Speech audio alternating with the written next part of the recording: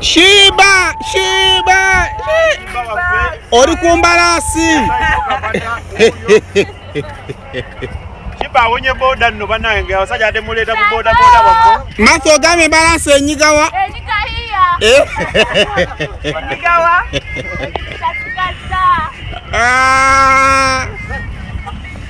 Balasi etutte ngamia ya Martha. Ngamia etutte egundi ya Martha mukisa emunyize. Group. Group photo. Oh, okay. No picture. Group photo. Yeah, group photo. Okay, group photo. Nice. Hi, Simon. How are you? So you guys, Simon has a way Abula just like that. Then after as you see him reappearing when we're having our fun. Wangambi no kujja kungamia hima. 1 2.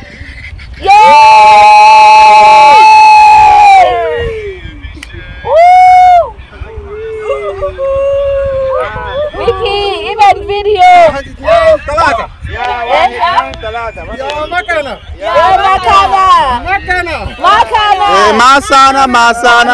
Tugamba bifu. Yakuvuma tujagamba makana.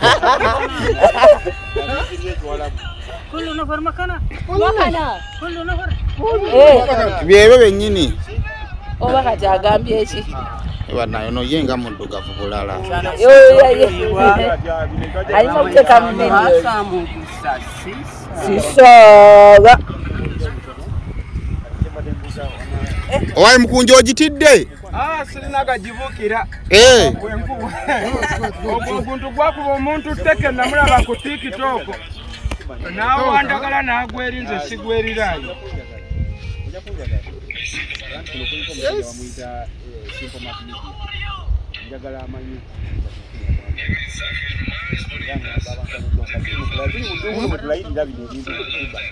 Come here, this. Come here. Kujinga kwa DJ Nat. Engamia ino kugulu kulinga kwa DJ Nat. Dungu sawa ya dungu. Nema medungu ngali yocha shiba tumalako. Jamal. Mpulira tonda wentu ya. Jamal. Nawe no tu. Jamal. Jamal ukirira. Tonna bakutuya. Give it. No, this one. So my friend, how do you tell it to go down? Jamal. Jamal. Yes. What does Jamal mean? It's his name. It is name. Name Jamal. So when you Shaheen. So when you say Name Shaheen. Name Shaheen. Yes. Then Jamal, what does Jamal mean? Name Shaheen.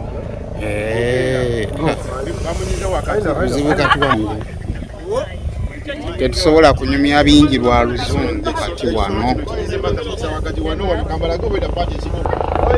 Enyonyi etunonye.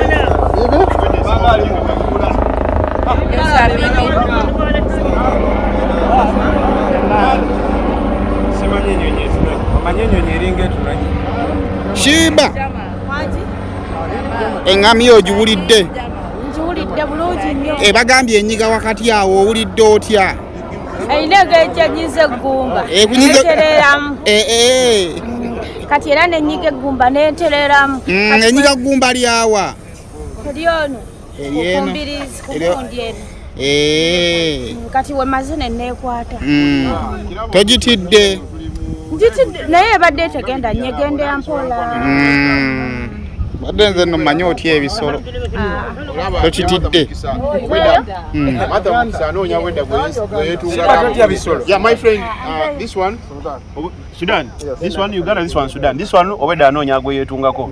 Okay. No problem. Okay, no problem. Omusajja agambe no problem, Martha Mukisa afunye gwe yetungako. Kiwedde naye emabega waliyo omulala yetateredde. Naye yakali kitajikutula. Kati eno nkinkazi nsajja naye kati oli kafulu mu kukebera. Eno ndaba ng'ensajja naye babeere n'ensigo. Uncle, is this the seeding? Uncle, Anko abene babayita batya gwe nsajja yeyo eno yensajja nsajja yala sunda Ozirabe nsajja ogiraba eyimusa okutulaga nti amemani yewezezzaako nga teyogedde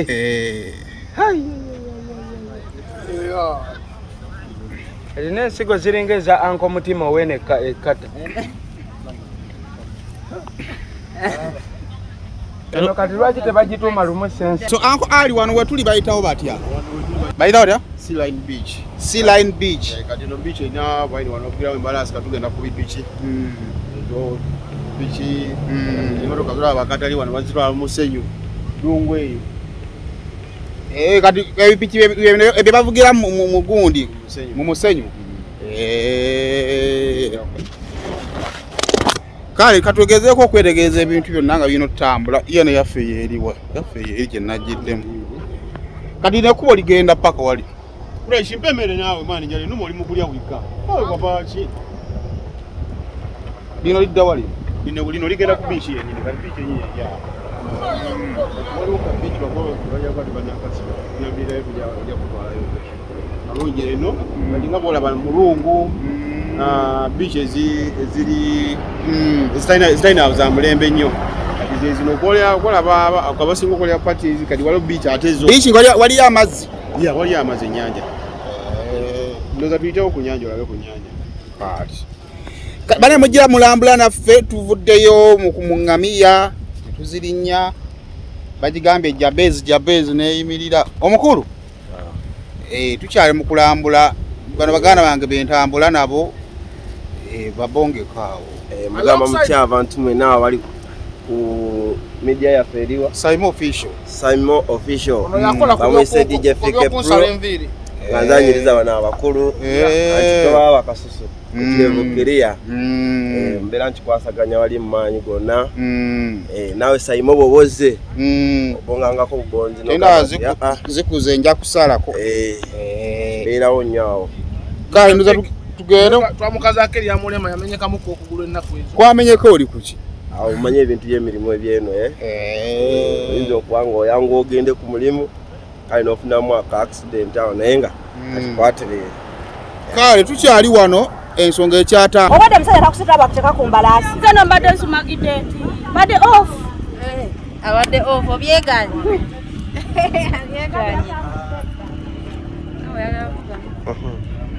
tuliko bugunja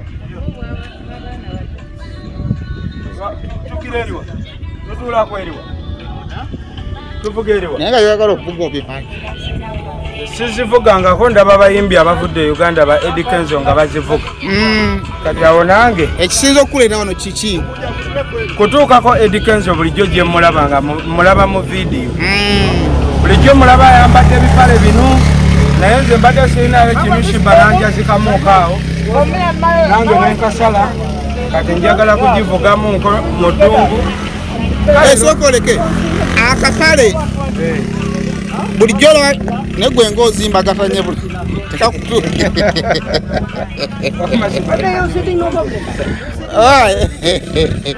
ng'ozimbagatanye bulala akapale tekakutuuka shiba yaka anaze sigize kasaye shiba kamini nesizimbaga kati singa gwa kambadde abantu singa badduse dda olaba nkegezezaamu nesaba okubeera n'omuntu ogwe mubeera naye ng'engoye mwenna zibatuuka tekisangika tugenda ku kipiki kyeweesunga ku kipiki ekisinja osinga okwagala njagala okukibuusaamu nekyambuka ku lusozi eri waggulu mu ddungu nga Kenzo bulijjo byakola shiba alabiddwako n'omulenzi amuwaana shiba ofunye abalenzi abakuwaana nga tetumanyi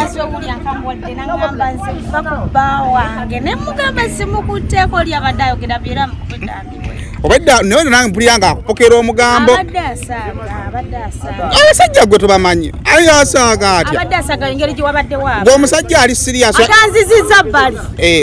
omusajja abakwana alina kukuzza bbali muzina kuba babi naye wabaddewo abantu mmotoka gyesiga bali mu byakusaala Are you a Ugandan in the diaspora, working and residing in Canada, America, Germany, Sweden, UK, Denmark, working 2 to 3 jobs to survive while working extremely long hours, including weekends and special holidays, with no time to enjoy family? Here's your grand opportunity. Introducing to you a work-from-home online business with just your phone, laptop, and stable internet as you enjoy family time and still make millions online. You don't need any expertise when our professionals are on standby to take you through step by step. To find out more on how to work online, log on to www.jemimamirembe.com or WhatsApp and call +44 794 9011 033. Facebook is Jamie DE Mentor. Almutawa Enterprises Limited bano bakugu nnyo musonga za real estate season na oyagala kutunda oba kugula ttaka wekwate Almutawa Enterprises Limited tulina ploti ez'enjawulo enteketeko bulungi ate nga ne bbeeyi yaazo esobokera ddala ensonga zonna ez'ettaka wamu n'okulikulaakulanya tuzikolako tugula sako n'okutunda amayumba era tusolooza n'abapangisa oba okulabirira ennyumba zo abakozi baffe bonna bakuguka era bakozesa mazima meereere tusangibwa ku Hoima Road Nasana Municipality Wakiso District Esimu 0753 3 9 oba 0705 4 9 tufuna ku WhatsApp +973 362 388 59.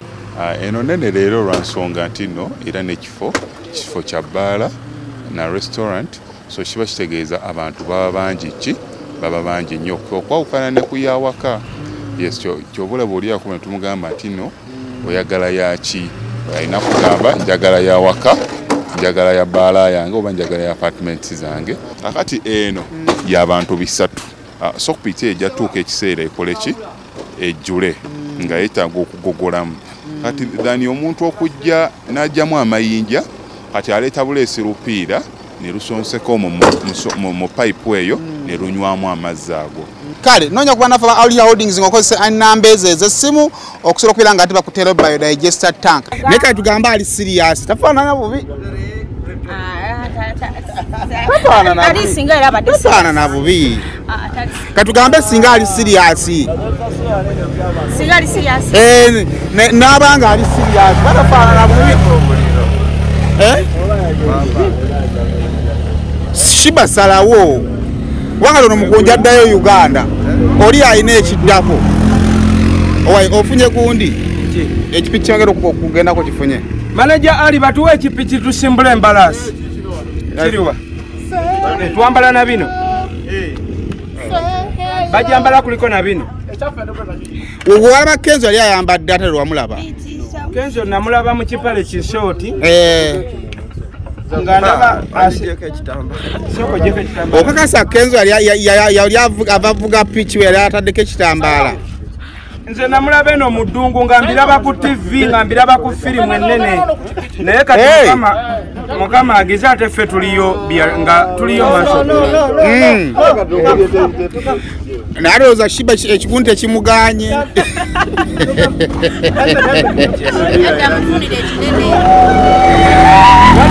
olowooza omutwe gwa Shiba teguganye elementi ate omusajja amutwala wa tamukwatirayo laba Shiba se akyusiza ssebo n'entambula gwe Shiba anaasoboka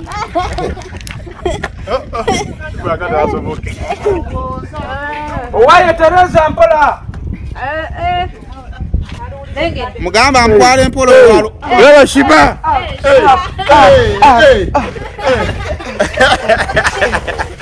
kino kyo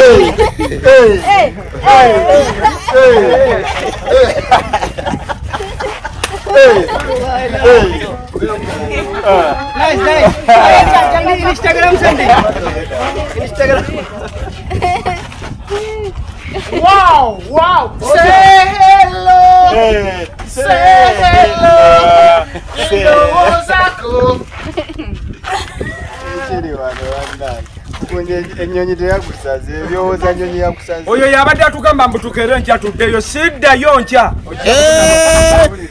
andi enyonyi tebagibawunsinga okatogenda kukola otya tuddayo nkya nawe singa twakubye sho ne tufuna abantu abayimbi bulijjo abajja abasinga tebalagana bantu be balina ne tujjuza ekifo kati lwaki twekubagiza otuzeeyo supibanaye abawagizi musooke mukyogereko kino mukunja watulira ku tiketi yoddirwa edda tiketi mbutuddayo nkya tweŋŋamba wagikeberako ng'ojja byali bya luzungu nze sinnabiraba bulabi naye wakkiriza namugamba tiketi eno ekuleeta ennaku z'omwezi bweziti oddayo ku mande tewabiraba ebyo nali manyi tuddayo wama mande eri ejja ye yaŋŋamba mande nga omuntu wanakugamba nti nja kuwa sente next week newajjamu akabujja kugamba nakugamba ki next week newajjera next week aganagamba ki next week kati ono yaŋŋamba tuddayo mande tosobola kuleeta munno kata nvudde Uganda nzizirenge osibudde olinganga munabafuzi agenda okulayira twakatuuka mpulira essanyu lyakasumulukuka lyokuzi twakubye sho ensi yonanegamba abawagizi bashiba ne mukunja ogambawo otya oshiba enkyo ddayo sijja kulimba okyayagala ani kakati obudde buweddeyo buggwayo butya ani yabuteekawo obuggwayo tunulira ensi gyatugobamu gwe lwaki wava e Uganda nojjobeera eno era sirias muganda wange sayimo mulinye ennyonyi zammwe muddeyo nze balindipooti nga balindeeteraodonasi yabamutikka butisi nange ngumye embeera omutikke balindeeta siddayo Uganda naawe nja biki byobadde okyayagala okufuna byotannalaba maneja wa mukunja banaye ensonga zino twazoogerako nga abantu tebaganira wano nedda tetugamba nti wetuganye wama tunulamu buli wotukola bakipya bulijjo byendaba ku Al Jazeera mbiraba eno ate oŋŋamba embunkere ninyenzi omusajja atugambe mbu ku airport batwagalawo ssaawa 12 ez'okumakya mbuolwetuli ate gwe oli mukeezi kati segezo olina kgenda kati anti awo wenkugambira afune bazaayo nze siddayo zaayo maneja wono omusajja yeshuba munyambe twongereyo ennaku neweziba 2 abantu bammwe bagande bagala kudde banaye munyambe Simon tiketi okujongeramu babikola bati nze abe ennyonyi sinze mbimanye ennyo ani akola munyonyi wa anti jo omukunja alinga aganidde wano ne Shiba Simon nagira munyonyi okuva Uganda ensaawa eno nti anenyonyi agamba obudde obusinga bumala mutoyi nze namutuma okubeera mutoyi ate kati nawe onyonyi we yali esituka wali entebe nawulira olubutta ekintu kingira nengenda mutoyi akapesa nekengira ensonga gyawa nti yanyumirwa nnyonyi obudde obusinga bumala mutoyi kati ensonga gyawa ani yamutuma nate n'obudde buzibe wandibadde ovuga kipiki tuvuge piki wamani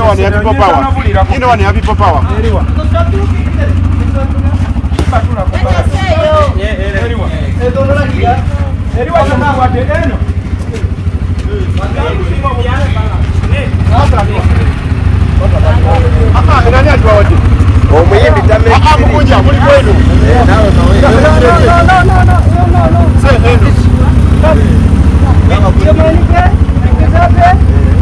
mukunja jamuza sudeno. What is the aeroplane? Uncle! Mukunja jamuza sudeno.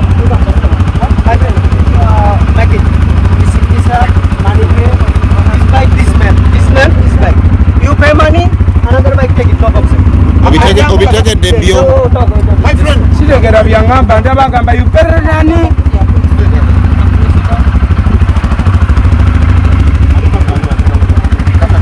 Omusajja alikwogera bigambo sibitegera. Era teyali school fees so. You are for the pay? You didn't drive. Okay, type, no problem. This bike is you pay to another bike. We parking, no problem. You drive. We are going for the drive. Okay, no problem. We are going for the drive. Abono obanyiga kuba migere jakudde wasinikireko ebi. Second chair. Uncle bigambo byayogera. This ID making. ID making signature. ID making signature finish. We give you my bike, okay? We have for the signature. Yes. Ngatonna sayini ogenda kukola kisondegedde. Siregedde obagituguza. Aha, katoja sayininga osigalenga omuntu okukucha. Obo sayini anga waayo nsigozo. Uncle, We are signature taking the Ate kabiri mu Luwarabu. Signature? You make it Nana say bali fair. Signing a Luwarabu. Tewali luzungu. Juliwa. Nenga luli mu bugambo butono. Oya kati wate signature nga epichi tujitwala tugenda nayo. My friend. Yes. You need ID. You make it after the signature. Wait I go na ID no signing. Ndigwe ali tatufunye signature. Jangu. Ano bali basoma ngo oli mbawala. Olaba no oluzungu lw'abatasoma lukulemye.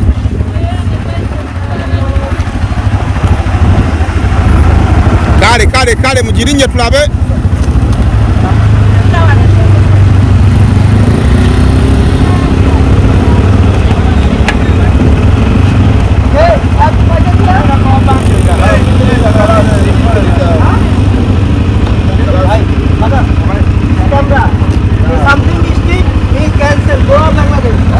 Wi-Fi jimpe. Babu kapiti wana juviro. Jino eh? No. Okay, yes, good. Helmet. Helmet take a home. Helmet.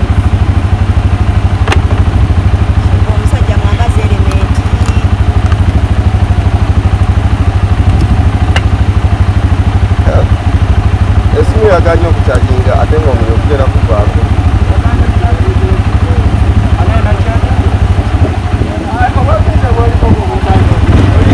Bora, eh? Bora.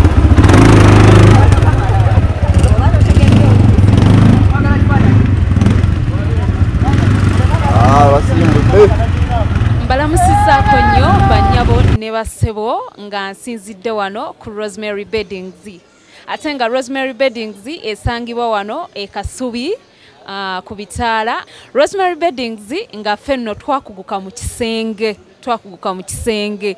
Era ng'omukyala yenna ali eyo okukubiriza leka kuyingira kisenge nga nawe kenyini bwe weetunuulako teweesanyusa wabula nga teffe tulina obunayiti obulungi nga bannaye ne munno bwakutunuulako naye bannange awulira nga zeemu amaanyi. Abaami nammwe tulina obwammwe leka kusuula ng'omusota ng'ate wano eno tulina nights ennungi eri ez'abaami n'ebintu bingi nnyo bye tulina wano ku Rosemary Beddings. Ky'oba okola ennamba eri ku screen kw'oba okuba oba tusindikira ekifaananyi ku WhatsApp kyonna ky'oba weetaaze ate nga tuderivaringa Uganda wide wonna w'oba tugenda kuba nga tukutuusaako eby'omulembe eby'omutindo okuva mu Rosemary Beddings. Kampala Polytechnic Mengo eyita abantu bonna abagala okusoma course ku ddala lya higher diploma, national diploma ne national certificate nti okwewanisa kugenda mu maaso mu courses nga fashion and design, hairdressing, catering, building and construction, electrical installation, auto mechanics ne plumbing. Okwewanisa kugenda mu maaso eri abamaze senior 6 nga bagala diploma, abamaze senior 4 ne P7 nga bagala certificate. Tukyalire leero ku Kabaka Njagala Road okuliraana olubiri lwa Kabaka kumpi ne Olcom petrol station oba tukubire ku 0414 27 26 73. Kampala Polytechnic Mengo mujjemu ewandiisa.